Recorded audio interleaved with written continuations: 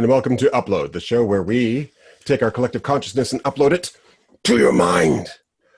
With us we have the one, the only, Bobby Del Rio, the two, the only, Todd Van Allen, Everything's fine. and the three, the only, Lewis Taylor. Now, things have been in flux. We've been trying to figure out what to put up on the lineup, and there's, of course, 1,000 things we could talk about this week. But we're going to start talking about the Jacob Blake shooting. Jacob Blake was a gentleman who was shot by the police, and he had his 3 sons in his car. From the video, we could see him walking towards his car, and the police decided to shoot him, and he's still alive as of this recording. And it is simply yet another example of police violence against the Black community. But here's the thing, so I don't mean to make myself sound like the old man on the mountain, but, you know, back when Rodney King was beaten by the police and, you know, there were riots and all this stuff, I thought, oh my God, this is going to cause real change and the police are going to really change and blah, blah. And then since 1995, there have just been successive waves of Black people being shot and people caring.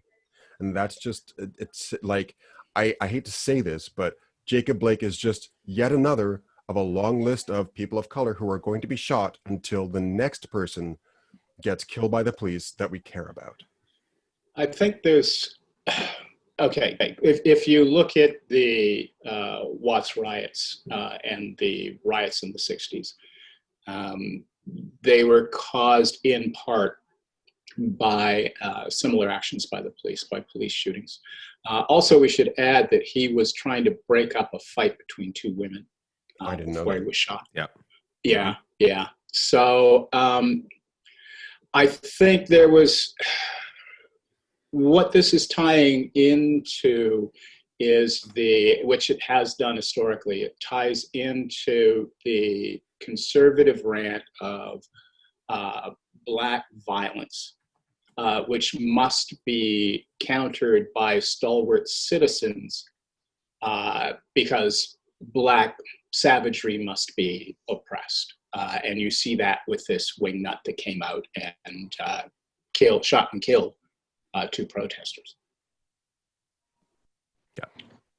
So Moody and I were having, you know, a sort of impromptu conversation before the podcast started, where I, you know, and it maybe sounds really stupid because, like, I'm 42 years old, but I just went, oh, like, racism's not gonna stop. Oh, yeah. It's just gonna. It's like I was saying earlier, like it's a herpes sore. So like eventually what I came to the conclusion is, oh, so with herpes, like the virus is always in your system and it's just in everybody's system. And every now and again, you're going to have a flare up, and there are now creams you can use to sort of shorten the time of the flare up. But you just have to constantly be vigilant. And there may be a time when, you know what, like before you die, there could be a good like 10 years where you don't get a flare up, but it's always inside of you. So it's like a condition to be managed and not a problem to be solved. Yeah. I think a more accurate comparison would be AIDS, considering the success of the medication these days. And I guess there's a range from herpes to AIDS where it can actually kill you, right? But if you have the insurance plan or the money or the whatever for the right medication, which would be, you know, some form of social success, then you can bypass or alleviate the symptoms.